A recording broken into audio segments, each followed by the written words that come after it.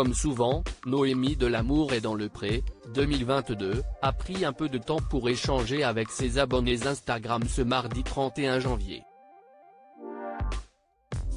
L'ex de Gaël souhaitait d'abord revenir sur le lancement de la saison 18 du programme romantique. Comme les téléspectateurs, elle a découvert la première salve des portraits des nouveaux candidats qui vont tout faire pour trouver l'amour. Mais après cette parenthèse, Noémie s'est confiée sur un sujet beaucoup plus douloureux. En effet, ce 31 janvier marquait surtout le triste anniversaire de la disparition brutale d'un être qui lui est cher. Aujourd'hui, pour moi, si est un peu un jour particulier. J'ai de l'émotion. Il y a 10 ans, je vivais un des plus gros traumatismes de ma vie. A-t-elle débuté avec du mal à articuler. Noémie a finalement réussi à expliquer qu'à l'époque, elle était confrontée à un assassinat. En fait, il y a 10 ans, mon assistante maternelle, ma nounou, ma deuxième maman, a été assassinée dans mon village, la veille de mon anniversaire, a-t-elle rapporté.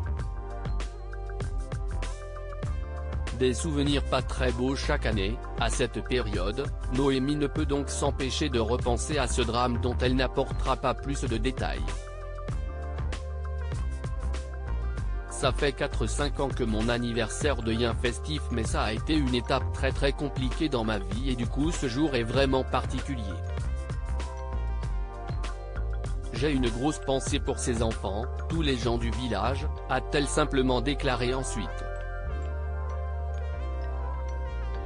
Face aux préoccupations de ses abonnés, la jolie jeune femme agricultrice a également tenu à rassurer avec le sourire radieux qu'on lui connaît bien. Je reçois plein de messages.